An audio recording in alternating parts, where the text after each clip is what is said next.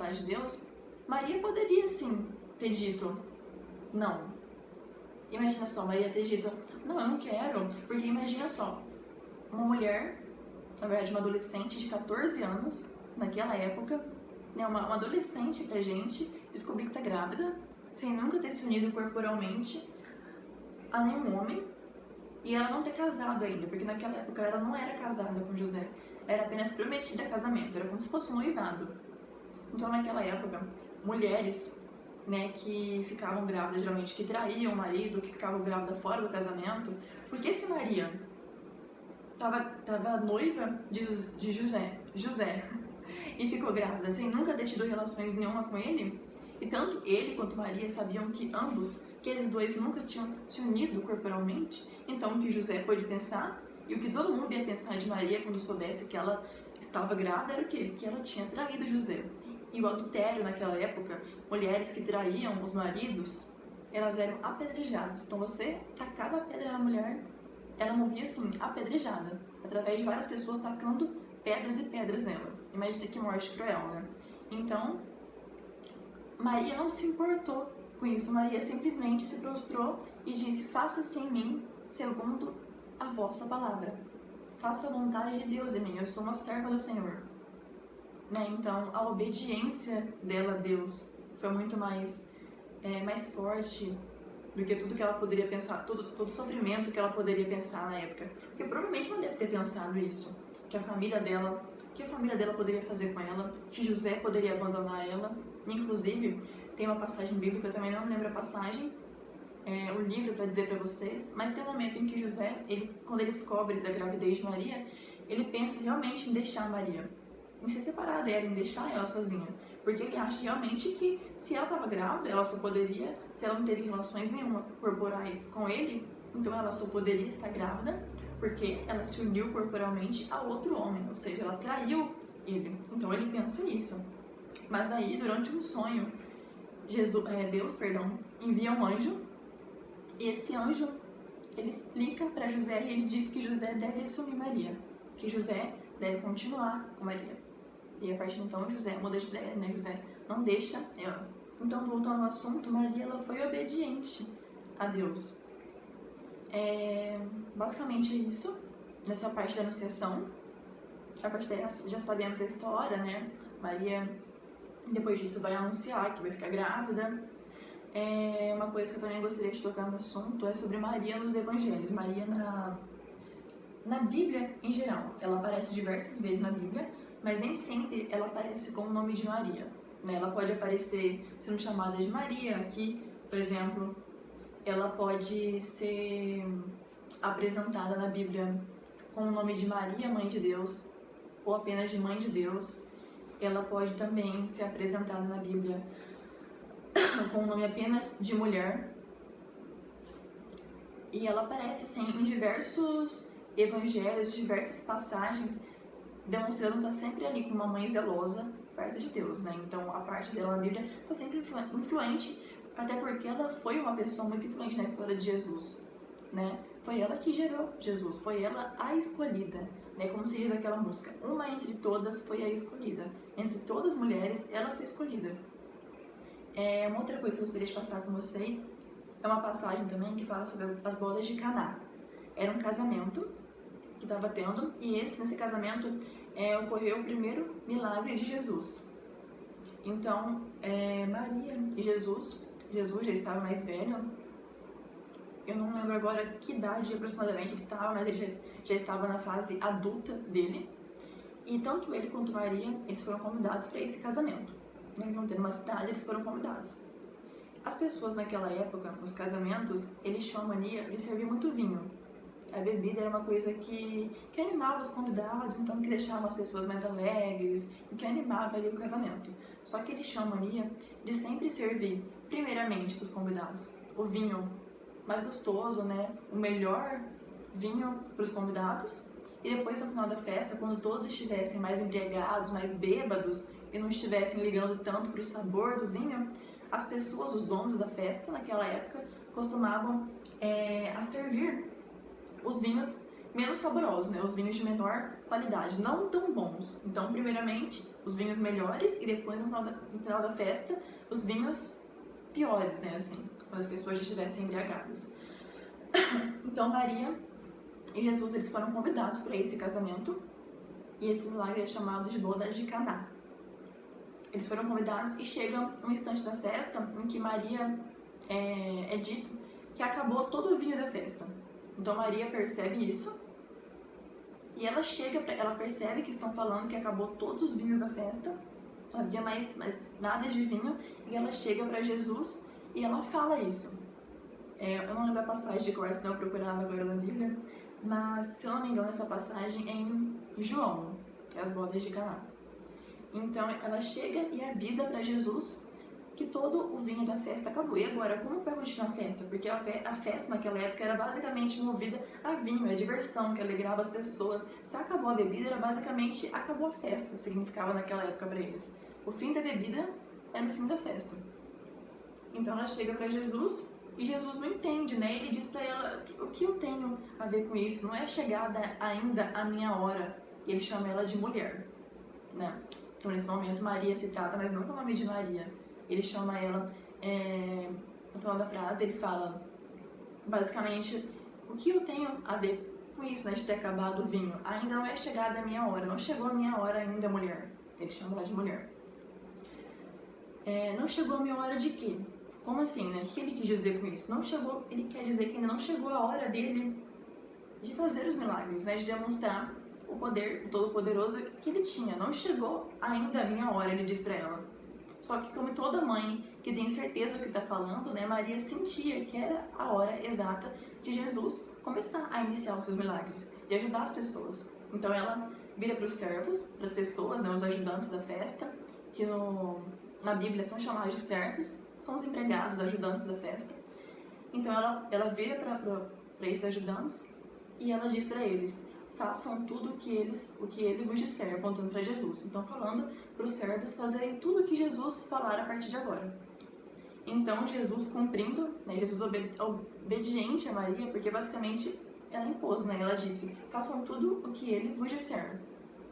Se não fosse por ela, muitas pessoas dizem, e é certo dizer, se não fosse por Maria, esse milagre, talvez, esse primeiro milagre, talvez não teria acontecido, porque Jesus dizia que não estava ainda chegada a sua hora. Ele achava que não estava ainda pronto para realizar o primeiro milagre. Mas então ela pega e fala, façam tudo o que ele vos disser, apontando para Jesus, né?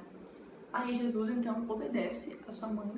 Ele pede para que as pessoas, esses servos, eles tragam para eles, são 6 talhas de água, se eu não me engano que ele diz, 6 talhas de água. Talha naquela época eram basicamente, não é tanque que eu posso dizer, mas eram como se fossem caixas enormes, assim. Então eles encheram as 6 talhas, né, 6 caixas de pedra, de água, como se fosse uma espécie de tambor, né, grande assim, bem grande. Eles encheram essas 6 talhas de pedra de água, e então, depois disso, obediente a Maria, Jesus pede para eles encherem, depois de todas enchidas, as 6, Jesus fala agora para eles levarem essas talhas até o mestre-sala. Mestre-sala, naquela época, era a pessoa que organizava a festa, a pessoa que cuidava de tudo, que organizava, que montava a festa, né? O organizador ali da festa. Então ele pede para que leve ao mestre-sala. Então, os servos levam para o mestre-sala e dão para o mestre-sala provar. E daí, o mestre-sala prova e constata que não eram mais águas, e sim vinhos. E ele fica até confuso, né? Como que isso aconteceu? Então esse foi o primeiro milagre de Jesus. Até que no final o mestre-sala diz que nas festas daquela época era costume, como eu disse no início, eles serviram primeiro o vinho mais gostoso de início da festa e depois, no final, eles servirem o vinho de menor qualidade, o vinho mais ruim. Mas ele não. Os noivos daquela festa, eles começaram com o vinho bom e agora vão terminar com o vinho bom também, porque era um vinho de extrema qualidade, né? O vinho agora, ele até quer dizer que o vinho, inclusive, que Jesus transformou, era até mais gostoso que o primeiro, né? O vinho de extrema qualidade agora que foi transformado. Então esse é o primeiro milagre de Jesus. Eu já falei com vocês, inclusive, né? Eu não lembro se foi eu ou o Pedro que falamos, mas é chamado de bodas de Caná. né? Fala sobre um casamento. E é basicamente isso, né? Nós falamos basicamente hoje sobre a escolha de Maria, o sim dela para Deus, ela foi obediente. Quem era Maria, né? Disse a história dela, basicamente no momento da anunciação, os pais, Joaquim e Ana, ela era prometida a casamento a José. Na época que foi feita a anunciação, que o anjo Gabriel, esse anjo da anunciação é o anjo Gabriel, você também deve saber disso, que ele foi fazer a anunciação para ela de que ela seria mãe de Jesus, que ela iria gerar Jesus. Nessa época, basicamente, ela tinha em torno de 14 anos. Então, quando ela tem Jesus, quando ela dá luz a Jesus, né? Quando ele nasce, ela tem em volta de uns 15 anos. Maria nos Evangelhos, também, tô vendo aqui o cronograminha de conteúdos para passar para vocês. Maria nos Evangelhos, acabei de falar para vocês, ela é muito citada em diversas vezes, ela tem, em muitas passagens, ela tem grande importância, e essa que eu acabei de falar para vocês, que é o primeiro milagre de Jesus, ela tem grande importância também, porque muitos dizem que se não fosse por ela, talvez esse milagre não teria acontecido. Porque Jesus disse, Jesus achava que não era a hora dele, mas Maria sentia e tinha certeza que era a hora do filho dela começar os milagres, né? Demonstrar o grande poder enviado por Deus, que era o pai dele. E por fim, ela como mãe de Deus, né? Esse é o maior título que nós conhecemos. Então, como eu disse no início do vídeo, esse não é um conteúdo de prova, é apenas uma revisão. Eu nunca vi cair em prova nenhuma, né? É muito difícil. Nós sabemos que quem faz as provas, geralmente, da catequese é o Padre Marcelo. E quem as corrige, geralmente é ele, geralmente somos nós. A gente geralmente dá uma dividida, né, assim, nas provas. Mas em nenhuma prova eu nunca vi ele colocando alguma questão sobre ela. É mais apenas pro conhecimento de vocês, né?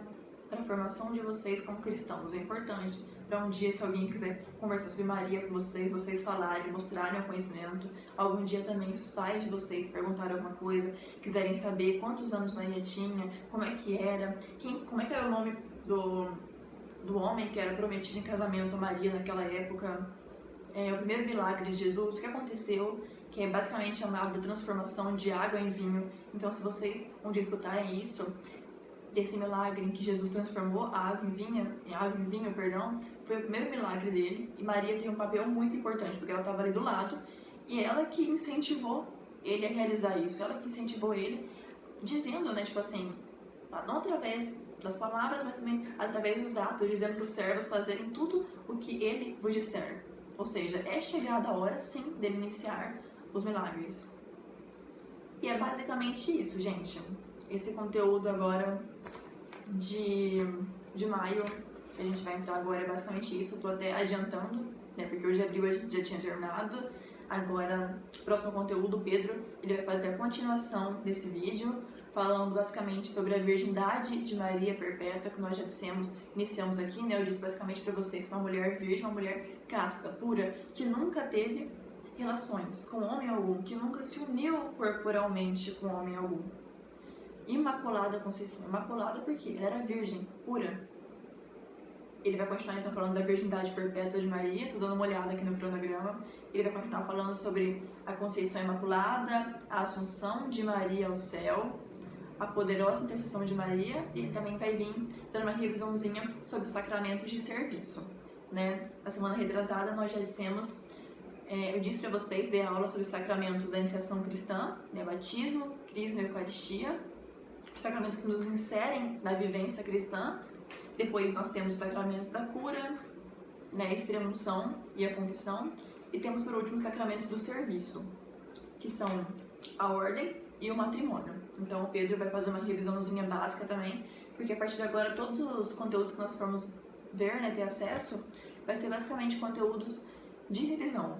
Porque como eu disse no início do vídeo, a maior parte dos conteúdos que estão pra gente dar pra vocês, nós já vimos o ano inteiro passado, e no primeiro ano de catequese vocês também já viram com o professor de vocês. Então, o terceiro ano ele é mais voltado para isso mesmo, para uma revisão geral dos aspectos mais importantes de alguns conteúdos, né, para fixar bem. Mas é basicamente isso. Qualquer dúvida que vocês tiverem sobre esse vídeo, podem me mandar. Podem mandar aqui nos comentários do vídeo, podem mandar no meu privado, podem me ligar, eu já disse, eu deixei isso bem aberto. Podem mandar no grupo, pra mim ou pro Pedro, tenho certeza que o Pedro também vai saber responder isso. Mas fiquem à vontade, a qualquer momento. Desse conteúdo em especial, eu não vou passar perguntas, não vou passar questões, por mais que seja um conteúdo muito importante, mas eu acho que vocês, apenas com o vídeo já vai ser bem autoexplicativo, né? Então eu acho que não tem necessidade de passar mais perguntas, assim, sobre ele. Mas nos próximos eu também vou fazendo essa balança, né? Conforme não a importância, mas eu diria mais a importância de prova. Então, os conteúdos que forem mais importantes em relação a cair em prova, né, como os conteúdos de prova, como o de semana passada, os sacramentos da iniciação cristã, aí eu vou passando algumas questõezinhas para vocês, vou mandando no grupo, dou uma semana para vocês responderem. Respondendo também, podem me mandar no privado ou no grupo também, para eu corrigir, para vocês mandarem de volta. E é basicamente isso. Novamente, qualquer dúvida, podem ligar, mandar no grupo da Eucaristia, podem mandar no meu privado Pedro, podem colocar aqui embaixo nos comentários. E é isso. Um beijo para todos vocês. Espero que todos vocês estejam se cuidando e muito bem em casa. E se Deus quiser, logo, logo, tudo isso vai passar. E nós vamos, né, continuar a retomar os conteúdos de onde a gente parou, mas dessa vez na sala de aula da catequese, né, todos juntos, como sempre. Até porque, como o Pedro disse, né, a catequese para, as missas estão retornando agora com todos os cuidados possíveis, a catequese ainda não retornou, mas a catequese virtual, os conteúdos, a gente não pode deixar de mandar para vocês, né? Em especial vocês que são da terceira etapa da Eucaristia, vão receber o sacramento da Eucaristia no final do ano agora. Então é uma coisa muito importante a gente estar sempre mandando, né, para vocês, colocando em dia esse conteúdo todo. Qualquer dúvida, então, podem me chamar a qualquer momento, tá? Um beijo.